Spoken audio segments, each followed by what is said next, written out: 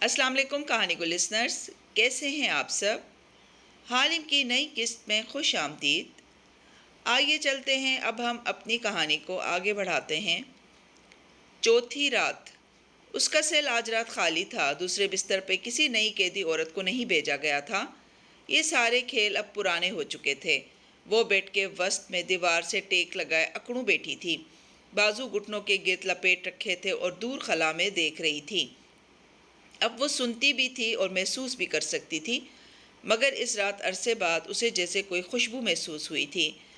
Guard نے کوئی تیز مردانہ پرفیوم لگا رکھا تھا جو نتنوں سے بار بار ٹکراتا تھا۔ اسے آج کھانے میں جلنے کی بو بھی محسوس ہوئی تھی۔ باتھ روم والے حصے سے بھی گٹر جیسی بو آ رہی تھی، مگر پھر ایک دم اس سارے میں ایک خوشبو کا اضافہ ہو گیا، قیمتی عطر کی خوشبو جو تازہ گلابوں اور جاسمین کے پھولوں کا ملا جلا تاثر دیتی تھی۔ وہ خوشبو جس وجود سے آ رہی تھی وہ سامنے موجود تھا۔ تالیہ نے نظریں اٹھا کے اندھیرے میں اسے دیکھا۔ سلاخوں کے دروازے سے ٹیک لگائے، بازو سینے پہ لپیٹے، وہاں شہزادی تاشا کھڑی تھی۔ اس کا سرخ زرتار لباس پیروں تک آتا تھا اور سنہرے بالوں پہ رکھا تاج اندھیرے میں بھی دمک رہا تھا۔ وہ مسکرا کے استہزائیہ انداز میں جامنی لباس والی قیدی لڑکی کو دیکھ رہی تھی۔ فاتح نہیں آیا نا؟ رات کا کہہ کے بھی نہیں آیا۔ اکڑوں بیٹھی لڑکی نے اسپاٹ چہرہ اٹھا کے اس دمکتی ہوئی شہزادی کو دیکھا۔ ان کی مجبوریاں ہیں اور میں نے خود ہی تو منع کر دیا تھا۔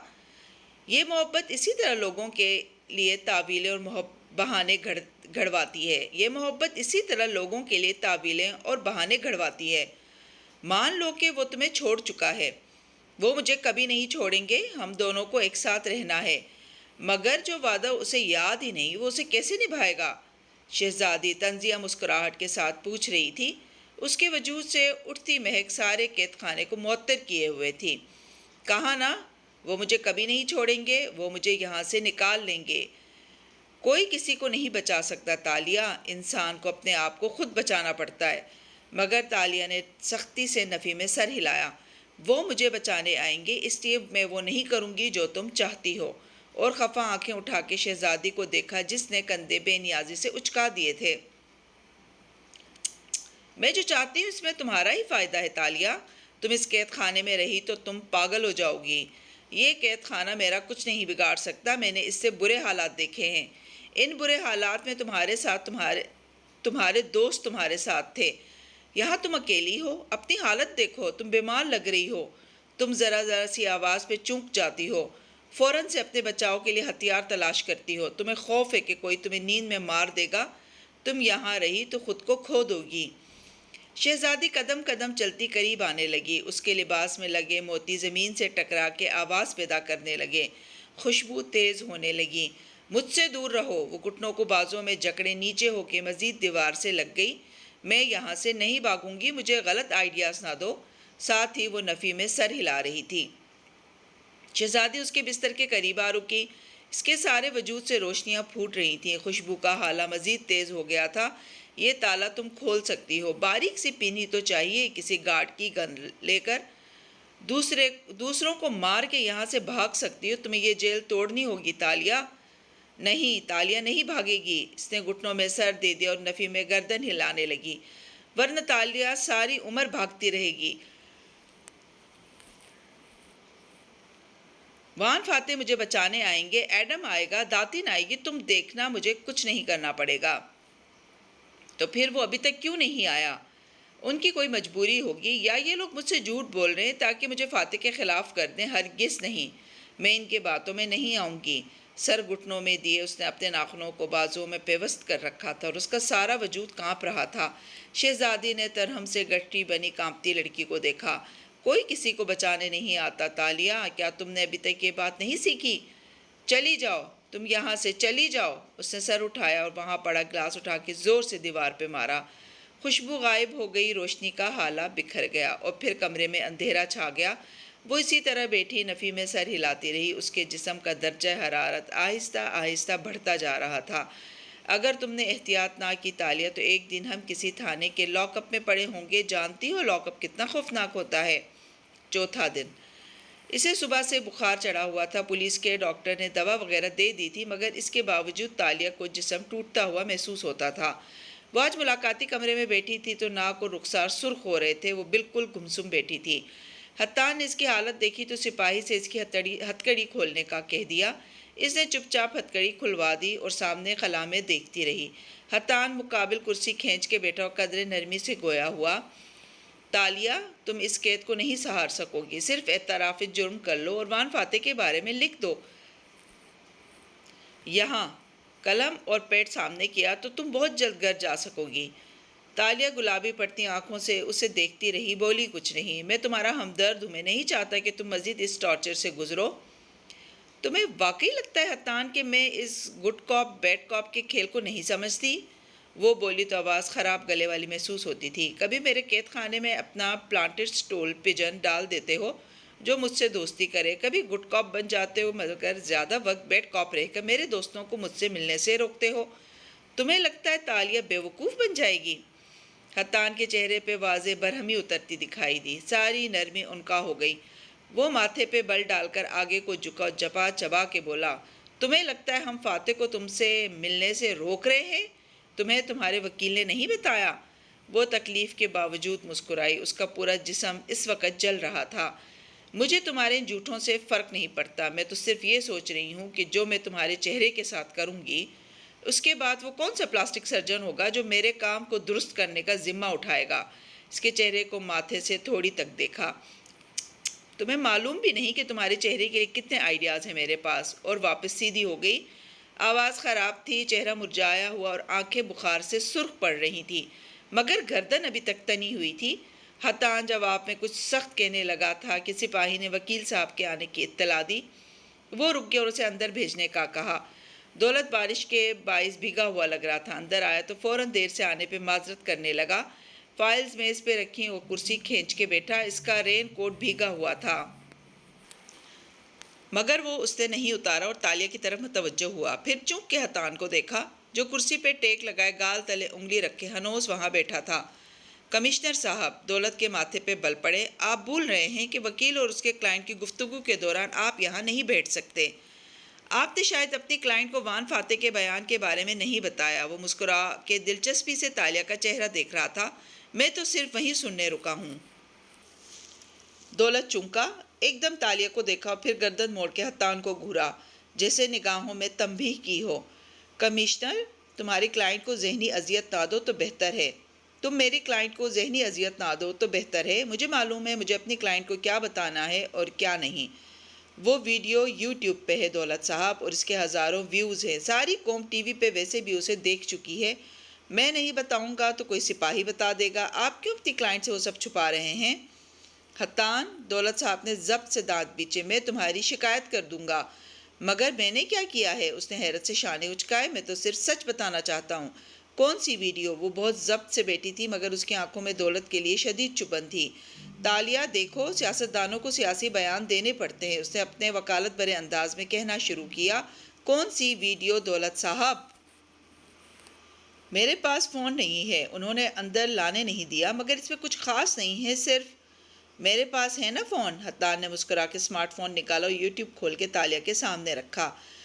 خود ہی سرچ کر لو، ہم دکھائیں گے تو تم کہو گی کہ جعلی ویڈیو ہے۔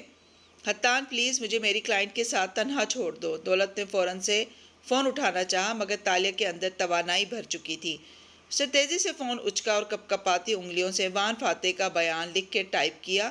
وہ جانتی تھی وہ سب جھوٹ بول رہے تھے، ایسا کچھ بھی نہیں ہوگا جو اسے فاتح سے بدگمان کر سکے۔ اگلے ہی لمحے ویڈیوز کی فہرست کھلی اور اس میں پہلی ویڈیو کی ہیڈ لائن کچھ یوں تھی: وان فاتح نے اپنی ایکس چیف آف سٹاف سے لا تعلقی کا اعلان کر دیا۔ تالیہ کے حلق میں کچھ پھنس سا گیا، اس نے انگلی کا پورا اس ویڈیو پہ رکھا۔ سر، آپ تالیہ مراد کے بارے میں کیا کہیں گے جو آج کل پولیس کی تحویل میں ہیں؟ وہ اپنے مصاحبوں کے ساتھ کار کی طرف جا رہا تھا اور راستے میں صحافی اپنے مائک لیے اس کے ساتھ دوڑتے جا رہے تھے۔ چلتے چلتے فاتح رکا اور کندھے اچکائے۔ دیکھیں، وہ ہماری ایک پارٹی ورکر تھی، ایک سٹافر تھی، ہم اس کو آفیشیلی پارٹی سے نکال چکے ہیں اور اگر اس نے کچھ غلط کیا ہے تو ہم اس کے ذمہ دار نہیں ہیں۔ اس کو اپنے جرم کی سزا ملنی چاہیے اور جو بھی قانونی تقاضے ہیں وہ پورے ہونے چاہیے۔ سر، آپ کو کیا لگتا ہے تالیہ مراد واقعی ایک چور ہیں، ایک کون وومن ہیں؟ ڈرائیور دروازہ کھولے کھڑا تھا۔ سوٹ میں ملبوس اس وجیح صورت سیاستدان نے کندھے اچکائے اور کیمرے میں دیکھ کے بولا، میں نہیں جانتا، وہ ایک اچھی ورکر تھی، ہمارے لیے اس نے کام کیا ہے، مگر اس کا یہ مطلب نہیں ہے کہ اگر اس نے کوئی جرم کیا ہے تو ہم اس کو سپورٹ کریں۔ ہمارا اس سے تعلق چند ماہ پہلے سے ختم ہو چکا ہے اور ہم اس کے کسی فعل کے لیے ذمہ دار نہیں ہیں۔ آگے پولیس جانے اور تفتیشی ادارے۔ Excuse me. بڑی آرام سے وہ کہہ کے کار میں بیٹھ گیا۔ ویڈیو ختم ہو گئی۔ تالیہ، دولت صاحب نے الفاظ ڈھونڈنے چاہے، اس بات کا ایک پس منظر ہے، اس کو ساتھ والوں نے مجبور کیا تھا کہ، مگر تالیہ نے زور سے موبائل پرے دے مارا۔ یہ ویڈیو جعلی ہے، یہ حتان نے خود بنائی ہے تاکہ مجھے فاتح سے بدگمان کریں۔ وہ گردن اٹھا کے ضبط سے کہنے لگی، الفاظ پھنس پھنس کے حلق سے نکل رہے تھے۔ ریئلی؟ حتان نے تعجب سے اسے دیکھا اور اپنا موبائل اٹھایا جو زمین پہ گر گیا تھا، شکر کہ ٹوٹا نہیں تھا۔ یعنی کہ تم اب بھی یقین نہیں کرو گی کہ، واو! وہ کرسی دھکیل کے اٹھا اور موبائل کی اسکرین سے گرد صاف کرتا کمرے سے باہر نکل گیا۔ دروازہ بند ہو گیا تو اس نے گردن موڑ کے دولت کو دیکھا جو پریشان نظر آ رہا تھا۔ یہ ویڈیو جعلی ہے نا؟ ابرو اٹھا کے ضبط سے پوچھا۔ دیکھو اس میں جو بھی کہا گیا ہے وہ اس نے دل سے نہیں کہا، تم نہیں جانتی تمہارے پیچھے سے کتنا مجبور کیا گیا تھا۔ تالیہ کے لبوں پہ زخمی مسکراہٹ بکھر گئی۔ یعنی یہ اصلی ہے؟ دولت بے چارگی سے اسے دیکھنے لگا۔ اگر یہ ویڈیو اصلی ہے اور آپ کا دوست مجھے واقعی ڈس اون کر چکا ہے تو آپ یہاں کیوں آتے ہیں؟ یا شاید وہ آپ سے رابطے میں اس لیے ہیں تاکہ آپ مجھے ان کے خلاف کچھ بولنے نہ دیں؟ اس نے سمجھ کے سر ہلایا۔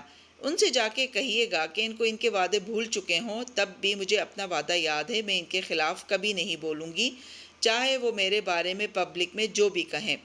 وہ کہہ کے کھڑی ہو گئی، آپ کو بھی آئندہ یہاں آنے کی ضرورت نہیں ہے، میں اپنا کیس ہر عدالت میں خود لڑ سکتی ہوں۔ تالیہ، تھوڑی دیر بیٹھ کے میری بات سنو، میں ایڈم کے بارے میں بات کرنے آیا تھا، مجھے کسی سے نہیں ملنا، نہ ایڈم سے نہ فاتح سے، پلیز مجھے اکیلا چھوڑ دیں، میری طبیعت ٹھیک نہیں ہے۔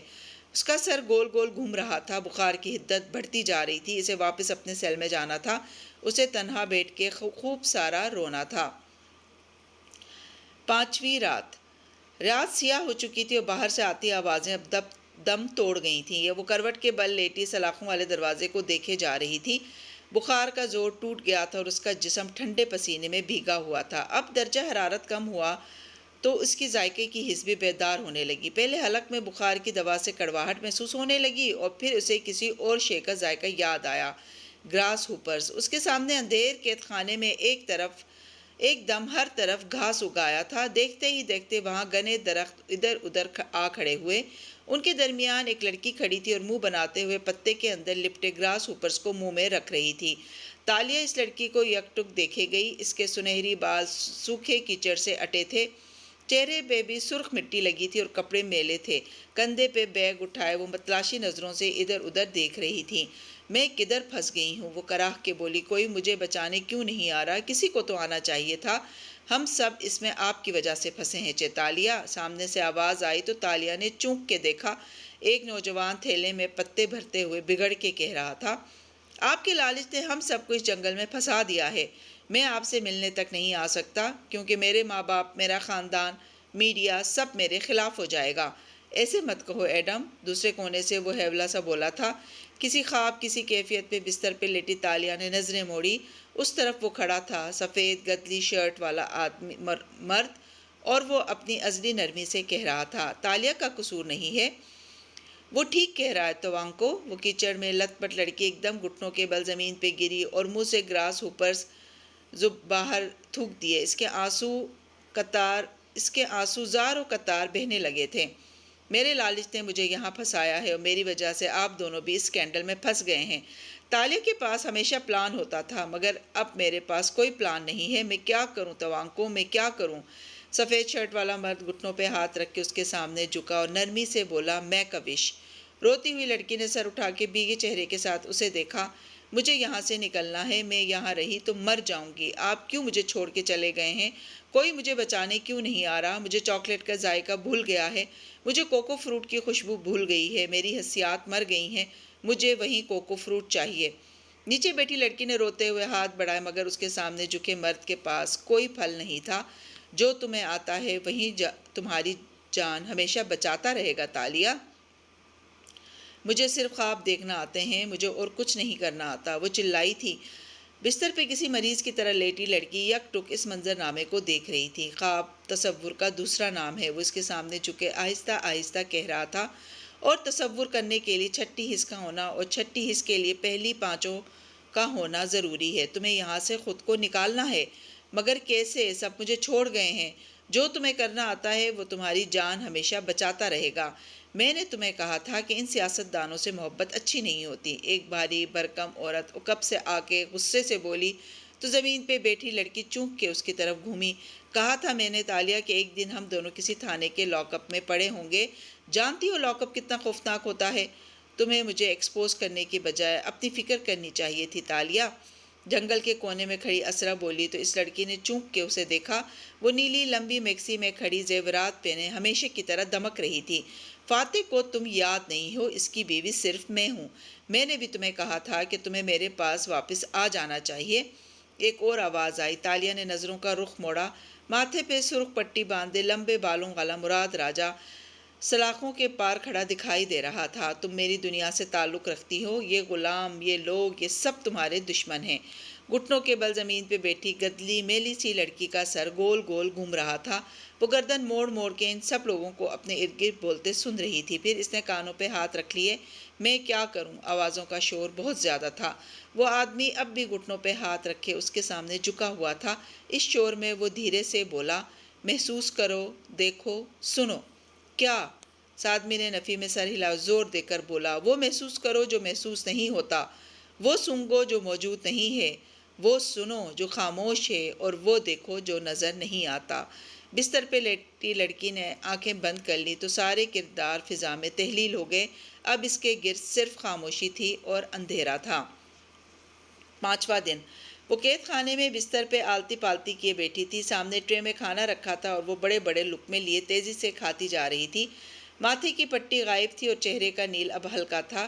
بال کنگھی کر کے اونچی پونی میں باندھ رکھے تھے اور وہ بہتر نظر آ رہی تھی۔ دفتن سلاخوں کے پار حتان آ کے کھڑا ہوا اور غور سے اسے کھاتے ہوئے دیکھا۔ محترمہ، آپ نے انٹروگیشن کے لیے آنے سے انکار کیوں کر دیا؟ کیا آپ کو لگتا ہے کہ آپ کے پاس چوائس ہے؟ چاول ہاتھ سے منہ میں رکھتے تالیہ نے نظریں اٹھا کے اسے دیکھا۔ تمہیں مجھ سے ڈرنا چاہیے حتان، تمہیں روز روز مجھ سے نہیں ملنا چاہیے۔ حتان مسکرا دیا۔ لگتا ہے آپ کو وان فاتح کے بیان کا غم لے ڈوبا ہے۔ اس نے کندھے اچکائے اور بظاہر بے نیازی سے بولی، مجھے فرق نہیں پڑتا حتان، تالیہ نے ہمیشہ خود کو ہر مشکل سے خود نکالا ہے۔ میں یہاں سے چلی جاؤں گی، تمہیں البتہ پلاسٹک سرجن کی ضرورت جلد پڑے گی۔ ٹھیک ہے، آج کا دن تم آرام کر لو، کل سے ہم دوبارہ تفتیش شروع کریں گے، اور اگر کوئی بیان لکھنا ہو تو اس پہ لکھ دینا۔ اس نے نوٹ پیڈ اور قلم اندر پھینکا جو فرش پہ آ گرا۔ اگر دولت صاحب آئیں تو کہنا کہ وہ آج آئے نہیں ہیں، ان کا فون آیا تھا کہ وہ کل آئیں گے، مگر مجھے لگتا ہے دوست کا بانڈا پھوٹنے کے بعد وہ شرمندگی سے شاید تمہیں اپنی شکل نہ دکھائیں۔ اور ایڈم؟ اس نے سنجیدگی سے پوچھا۔ وہ روز آتا ہے، مگر میں نے اسے کہہ دیا کہ تم اس سے نہیں ملنا چاہتی۔ سوری۔ اس نے محظوظ انداز میں شانے اچکائے تو تالیہ نے چپتی نظروں سے اسے دیکھا۔ مجھے تمہارے چہرے کے لیے ابھی سے افسوس ہے، اور سر جھٹک کے واپس چاول کھانے لگ گئی۔ اسے قلم کاغذ مل گیا تھا، اسے فی الحال اور کچھ نہیں چاہیے تھا۔ اب اسے نہ ایڈم سے ملنا تھا نہ فاتح سے۔ تالیہ کو یہاں سے کوئی نہیں نکال سکتا تھا سوائے تالیہ کے۔ وہ بستر پہ بیٹھی اور نوٹ پیڈ پہ پین سے لکیریں لگانے لگی۔ اسے آنکھیں بند کر کے جب تھانے میں لایا گیا تھا تو کتنے قدم وہ کس سمت میں چلی تھی، آوازیں کتنی دور سے آتی تھیں، بارش کی تڑ تڑ کتنے فاصلے سے سنائی دیتی تھی، چھت کتنی اونچی تھی، کتنے گارڈز اب تک اس نے دیکھے تھے، بالائی پولیس ڈانگ وانگی کے بارے میں اب تک وہ کیا جانتی تھی۔ وہ گود میں پیٹ رکھے تیز تیز قلم چلاتی گئی۔ وہ اس جیل میں مزید نہیں رہے گی، اس نے سوچ لیا تھا۔ اسے اپنے تمام دوستوں اور محبتوں کو چھوڑ کے یہاں سے دور چلے جانا تھا۔ چھٹی رات۔ رات گہری ہو چکی تھی۔ تالیہ کے سیل میں نیم اندھیرا تھا۔ ایک چھوٹا بلب جل رہا تھا اور وہ زمین پہ بیٹھی تھی، گود میں کاغذ رکھے وہ ان پہ مسلسل لکھے جا رہی تھی۔ ایسے بہت سے لکھے ہوئے کاغذ آس پاس فرش پہ پڑے تھے۔ وہ بار بار نفی میں سر ہلاتی، قلم ہونٹوں پہ رکھ کے سوچتی اور کاٹ کے کچھ اور لکھتی۔ اس کے بال کسی کسی ہوئی پونی میں بندھے تھے اور چہرے کا نیل اب نہ ہونے کے برابر رہ گیا تھا۔ وہ بالکل فوکسڈ اور منہمک لگ رہی تھی۔ تم جیل میں ہو اور میں فاتح کے ساتھ ہوں۔ سلور چمکدار میکسی کو پہلوؤں سے اٹھاتے اونچے جوڑے والی اسرا کسی اندھیر کونے سے نکلی اور روشنی کی طرف آئی۔ وہ تمسخر سے نیچے بیٹھی تالیہ کو دیکھ رہی تھی۔ تم مجھے ایکسپوز نہیں کر سکتی اب تالیہ، میں البتہ اس کو اب کبھی تمہارا خیال نہیں آنے دوں گی۔ سر جھکائے لکھتی تالیہ کے انداز میں کوئی تبدیلی نہ آئی۔ وہ مصروف سے انداز میں بولی، تم ان کو لے سکتی ہو اسرا، میں ان کو ان کی سیاسی غلامی سے نجات نہیں دلا سکی۔ وہ مصلحت کے غلام تھے اور رہیں گے، مجھے اب ان کا انتظار نہیں ہے۔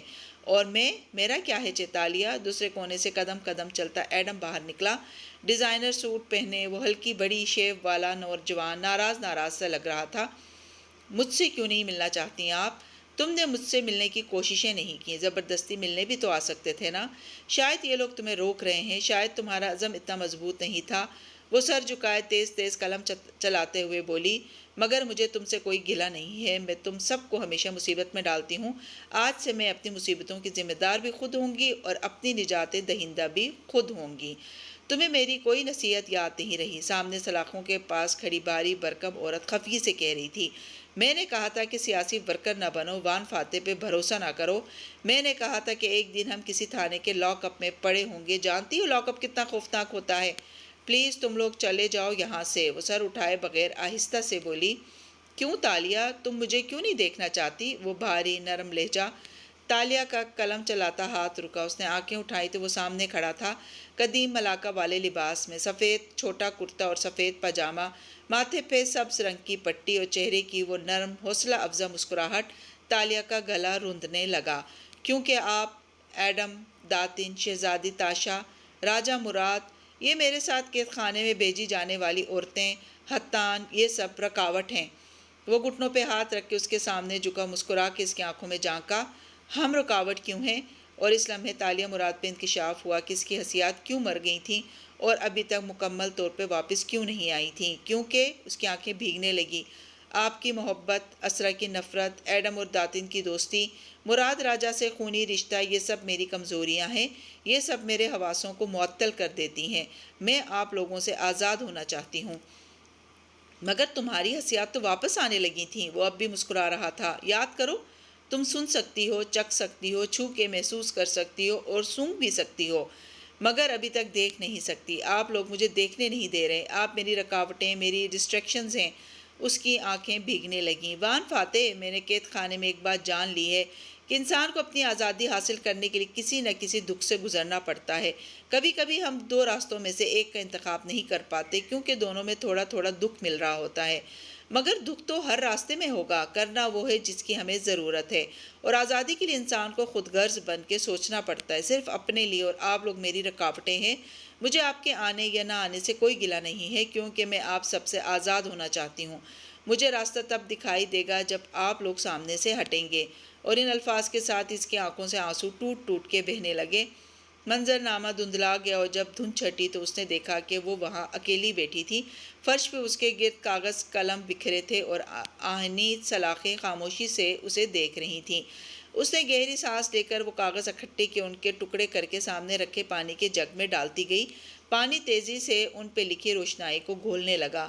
تالیہ بے رنگ مایا کو گدلے ہوتے دیکھتی رہی۔ اس کے زخم اب متمل ہو رہے تھے۔ اس کا پلان تیار تھا، کل رات وہ اس جیل سے فرار ہو جائے گی۔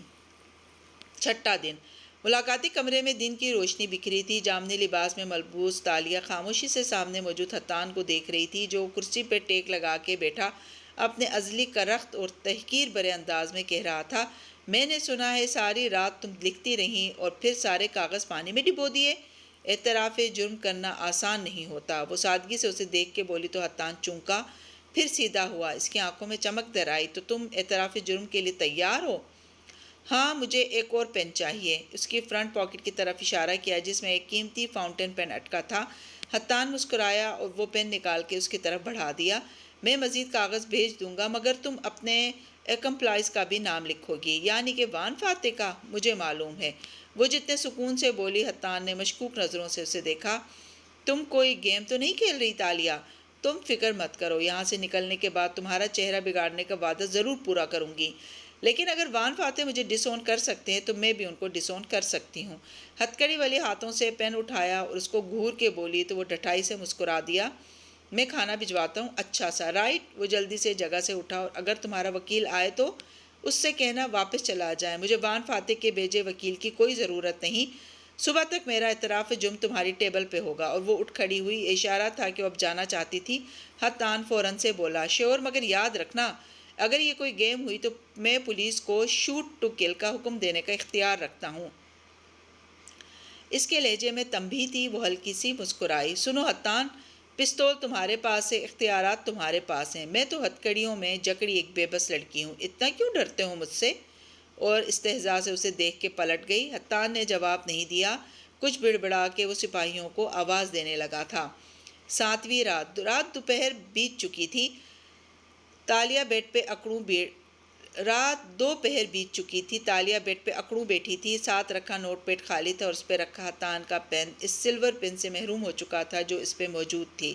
وہ سلور پن تالیہ اپنے ہاتھوں میں گھما رہی تھی اور ذہن کچھ سوچے جا رہا تھا۔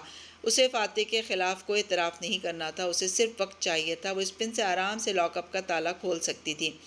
اسے لڑنا بھی آتا تھا۔ وہ کسی سپاہی کی گن لے کر اس کو یرغمال بنا کے تھانے سے نکل سکتی تھی۔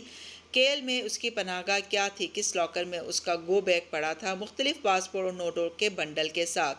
اس کے پاس سارا پلان تھا، صرف ایک ہمت چاہیے تھی۔ فاتح، ایڈم اور داتن کو ہمیشہ کے لیے چھوڑ کے چلے جانے کی ہمت، ملیشیا کے میڈیا میں ہمیشہ کے لیے مفرور اور مجرمہ کہلوائے جانے کی ہمت۔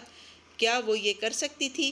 اتنے مہینوں کے کیے اچھے کام، وہ سچائی اور امانتداری کے راستے پہ چلنا، وہ سب رائے گا چلا جائے گا، وہ تاعمر بدنام ہو جائے گی۔ اسی چیز سے وہ ہمیشہ ڈرتی تھی، لوگ سمجھیں گے کہ اس نے واقعی انگوٹھی چرائی تھی۔ وہ وان فاتح کے لیے ایک ایسا کلنک بن جائے گی جس کے موضوع سے وہ نظریں چرائے گا۔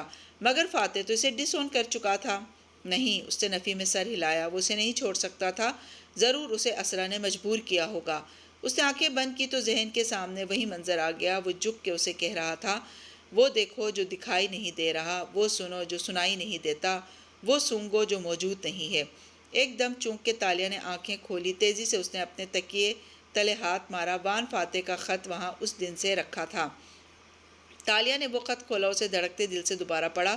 Dear تاشا، dear تاشا، dear تاشا۔ اس کی ساری حسیات جاگ اٹھی تھیں۔ اور چھٹی حص، وہ دیکھنے کا نام ہے جو دکھائی نہیں دیتا، وہ سونگھنا جس کی خوشبو نہیں ہوتی، بے ذائقہ کو چکھنا، خاموشی کو سننا، اس کو محسوس کرنا وہ جو موجود نہیں ہے۔ تالیہ بنت مراد نے آہستہ سے گردن اٹھائی اور دور اوپر نظر آتی اونچی چھت کو دیکھا۔ اونچی، بہت اونچی چھت۔ احتیاط کیا کرو تالیہ، ورنہ ایک دن ہم کسی تھانے کے لاک اپ میں پڑے ہوں گے۔ جانتی ہو لاک اپ کتنا خوفناک ہوتا ہے؟ اس کے اگلے الفاظ تالیہ نے زیر لب دہرائے۔ تنگ تاریک سی کوٹری جس کی چھت سر پہ آتی محسوس ہوتی ہے، ہر کونے میں مرے ہوئے چوہے تعفن پھیلا رہے ہوتے ہیں، کھانے کے برتنوں پہ لگی پھپھوندی کا ذائقہ کھانے میں آتا ہے۔ احتیاط کیا کرو تالیہ۔ وہ سرعت سے بستر سے اٹھی، ننگے پاؤں سلاخ دار دروازے تک گئی اور پن تالے میں گھسا کے ہلانے لگی۔ چند حرکات اور تالا کلک کے ساتھ کھل گیا۔ تالیہ نے بنا آواز کے تالا نکالا اور دروازہ کھول کے برہنہ پیر باہر فرش پہ رکھے۔ فرش ٹھنڈا تھا، اسے ٹھنڈا ہی ہونا تھا۔ سامنے طویل راہداری تھی جو خالی تھی۔ اس نے پن اور تالا فرش پہ گرا دیا۔ زوردار آواز سے وہ نیچے گرے مگر اسے پرواہ نہ تھی۔ وہ قدم قدم آگے راہداری میں بڑھتی گئی۔ راہداری کے سرے پہ دروازہ تھا جہاں سے اس کو گزار کے روز ملاقاتی کمرے میں لے جایا جاتا تھا۔ وہ اس دروازے پہ رکی اور ہینڈل گھما کے اسے دھکیلا۔ دروازہ آواز کے ساتھ کھلتا چلا گیا۔ سامنے ملاقاتی کمرہ نہ تھا، سامنے ایک بڑا سا ہال تھا جس میں بے تحاشا کاٹ کباڑ اور کارڈ بورڈ رکھے تھے۔ وہاں وسط میں چند کرسیاں موجود تھیں جن میں سے ایک پہ بیٹھے شخص نے اسے آتے دیکھ کے گردن اٹھائی تھی۔ پھر وہ ہلکا سا مسکرایا۔ دروازے پہ ننگے پیر کھڑی تالیہ نے آنکھوں کی پتیاں سکوڑ کے اس شخص کو دیکھا۔ آپ کا کھیل ختم دولت صاحب، میں کسی تھانے کے لاک اپ میں نہیں ہوں، نہ آپ وکیل ہیں، نہ وان فاتح نے آپ کو بھیجا تھا۔ وہ چپتی نظروں سے اس کو دیکھ کے باواز بلند بولی، کون ہیں آپ؟ سوٹ میں ملبوس دولت مسکرا کے اٹھا اور کسی شعبدہ باز کی طرح دونوں بازو پھیلائے۔ آف کورس میں کوئی وکیل نہیں ہوں، میں اسپیشل برانچ کا تفتیشی آفیسر دولت امان ہوں اور تمہارا کیس میرے زیر تفتیش ہے۔ اس کمرے میں بہت سے لوگ بیٹھے کام کر رہے تھے، کوئی کمپیوٹر کے سامنے بیٹھا تھا، کوئی چائے پی رہا تھا۔ تالیہ کو دیکھ کے ان سب نے ہاتھ روک لیے تھے۔ پیچھے کرسی پہ براجمان موبائل پہ حتان نے بھی فون نیچے کر لیا تھا۔ آپ گڈ کاپ تھے اور حتان بیڈ کاپ تھا، وہ اس بات میں سر ہلاتے ہوئے بولی تھی، اور یہ تھانے کا لاک اپ نہیں تھا۔ اس نے اطراف میں دیکھا، کیونکہ کیل کے تھانوں کے لاک اپ کی چھتیں اتنی اونچی نہیں ہوتی۔ یہ کوئی سیف ہاؤس ہے جس میں آپ نے مجھے رکھا ہوا تھا۔ اس کی دیواریں ساؤنڈ پروف ہیں اور وہ بارش کی خوفناک تڑتڑاہٹ وہ آڈیو ریکارڈنگ تھی جو آپ مجھے سنواتے تھے تاکہ مجھے باہر کی اصلی آوازیں نہ آئیں، مگر بارش کی خوشبو مجھے کبھی نہیں آتی تھی۔ مجھے کبھی اس تھانے سے مرے ہوئے چوہے کی بو نہیں آئی۔ اور ہاں، آپ کیل کے تھانوں کے برتنوں کی طرح یہاں کے برتنوں کو پھپھندی لگانا بھی بھول گئے۔ وہ گردن اٹھا کے چاروں اطراف میں دیکھ رہی تھی۔ مجھے یہاں بولتے ہوئے اپنی گونج سنائی دیتی تھی، کیونکہ یہ عمارت شاید کبھی کبھی استعمال ہوتی ہے۔ بالکل، ہم ایک پہاڑی پہ واقع سیف ہاؤس میں ہیں۔ ہم سب دن رات یہیں ہوتے تھے۔ جانتے ہیں مجھے کیسے معلوم ہوا؟ وان فاتح کے جعلی خط سے۔ آپ نے اپنی طرف سے سمارٹ بنتے ہوئے ہر چیز کر لی، مگر آپ کو یہ معلوم نہیں تھا کہ وہ اب مجھے تاشا کہنا چھوڑ چکے تھے۔ جب وہ مجھے جان جاتے ہیں تو صرف تالیہ کہتے ہیں۔ یہ ان کی صدیوں پرانی عادت ہے۔ تالیہ، ہم جتنی محنت کر لیتے ہم 6-7 دن سے زیادہ ایک کون وومن کو کون نہیں کر سکتے تھے۔ دولت مسکرا کے کہہ رہا تھا۔ وہاں موجود سب لوگ گویا دن رات وہاں بیٹھے تالیہ مراد کے سیل سے باہر خود نکلنے کا انتظار کر رہے تھے۔ وہ بوئیں بچے غور سے اطراف میں دیکھتی آگے بڑھ رہی تھی۔ وہاں اسے دیکھ کے سب دم سادے تھے، ہاتھ رک چکے تھے۔ دفتن بیٹھا حتان کھڑا ہوا اور ہلکے سے شانے اچکائے۔ سوری، میں صرف دولت صاحب کے اسکرپٹ کے مطابق کام کر رہا تھا۔ میں پولیس کمشنر نہیں ہوں، میں اسپیشل برانچ میں ان کا جونیئر ہوں، بال کھجا کے معذرت خانہ انداز میں بولا۔ تالیہ نے بس ایک تیز نظر اس پہ ڈالی اور آگے بڑھتی رہی۔ وہ وہاں رکھے کاٹ کباڑ کو غور سے دیکھ رہی تھی، جو کاٹ کباڑ نہیں تھا، عدالتی کمرے کی چیزیں، پولیس یونیفارم۔ تو آپ کا کون اس وقت شروع ہوا تھا جب آپ میرے وکیل بن کے مجھے تھانے سے لے آئے تھے۔ وہ تھانہ اصلی تھا، مگر آپ نے مجھے وہاں سے نکال لیا۔ کون ہیں آپ لوگ؟ وہ غور سے اسے دیکھتی کمرے کے وسط میں رک گئی۔ دولت نے ایک کرسی اٹھائی اور اس کے سامنے پیش کرنے والے انداز میں رکھی۔ پلیز بیٹھیے چیتالیہ، ہم آپ کے دشمن نہیں ہیں، ہم صرف اپنی جاب کر رہے تھے۔ وہ اسے انہی چپتی نظروں سے دیکھتی بیٹھی تو وہ اپنی کرسی کھینچ کے سامنے بیٹھا اور کہنے لگا، ہم صوفیہ رحمان کی بہترین ٹیم ہے۔ وقت کی وزیراعظم کو سرو کرنا ہمارا فرض ہے۔ وزیراعظم نے آپ کی فائل اس لیے کھلوائی تھی کہ آپ کے ذریعے وان فاتح کو ٹارگٹ کیا جائے، مگر جب احمد نظام نے یہ بتایا کہ ان کے خیال میں آپ ایک کون وومن ہیں تو ہم نے ٹیک اوور کر لیا۔ ہم نے آپ کی گرفتاری کے فوراً بعد آپ کو وہاں سے نہ صرف نکال لیا بلکہ وہ انگوٹھی اور آپ کی گرفتاری کا سارا ریکارڈ بھی تلف کر دیا۔ آپ گڈ کاپ تھے۔ وہ تندی سے اسے دیکھ رہی تھی۔ آپ مجھے کار میں اپنے ساتھ لے کر گئے تاکہ میرے بدترین خدشات کو جان سکیں۔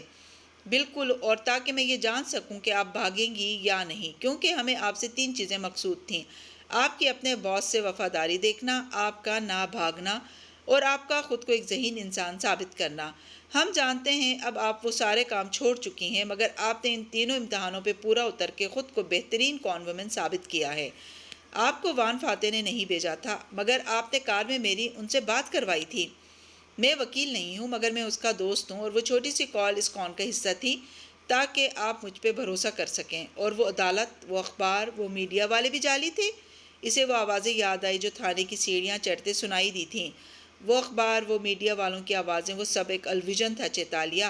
میری کار سے جب حتان نے آپ کو گرفتار کیا تو ہم آپ کو اسی سیف ہاؤس میں لائے تھے۔ ان 6 دنوں میں آپ اس سیف ہاؤس کے ارد گرد سے کہیں نہیں گئیں۔ عدالتی کمرہ بھی اسی عمارت میں بنایا تھا ہم نے، اور آپ کو کار میں بھی اسی کے گرد گھما کے واپس لے آتے تھے۔ ایکچولی آپ گرفتار ہوئی ہی نہیں ہیں، نہ میڈیا پہ کسی کو معلوم ہے، نہ پولیس کو علم ہے۔ اور وان فاتح، ایڈم داتن، میں آپ کے فاتح پہ بھروسے کی قدر کرتا ہوں۔ آپ کی توقع کے مطابق اس نے آپ کو ڈس اون نہیں کیا۔ فاتح کی ویڈیو جعلی تھی اور ایک جعلی ویب سائٹ پہ ہم نے ہوسٹ کی تھی۔ ایڈم داتن اور خود فاتح کو بھی معلوم نہیں کہ آپ کہاں ہیں، اور وہ سب آپ کے لیے فکر مند ہیں۔ ہم نے آپ کو صرف یہ تاثر دیا تھا کہ آپ اکیلی ہیں، اور آپ نے جان بوجھ کے میرے سیل میں ایک خاتون کو پلانٹ کیا تاکہ میں سمجھوں کہ وہ گڈ کاپ ہے اور میرا دھیان آپ کی طرف نہ جائے، کیونکہ اصل گڈ کاپ تو آپ تھے۔ اس نے برہمی سے اس کی بات کاٹی۔ ہال میں سب چپ چاپ اسے دیکھ رہے تھے۔ آپ نے دولت صاحب، آپ نے مجھے مار پڑوائی تھی، حتان نے نہیں۔ آپ میری برداشت کو آزما رہے تھے۔ پوچھ سکتی ہوں کیوں؟ یو سی چیتالیہ، دولت گہری سانس لے کر بولا، ہم آپ کو ایک بھیانک خواب دکھا رہے تھے۔ آپ کو کیا لگتا ہے کہ ہم آپ کے خلاف ثبوت نہیں ڈھونڈ سکتے؟ پروزیکیوٹر صاحب سے زیادہ ریسورسز ہیں ہمارے۔ ہم اگر تفتیش پہ آئے تو ہم آپ کو حقیقی مقدموں میں پھنسا سکتے ہیں، جس کے بعد یہ برا خواب حقیقت بن سکتا ہے۔ تو آپ مجھے دھمکا رہے تھے، کیا یہ سب سچ ہو سکتا ہے؟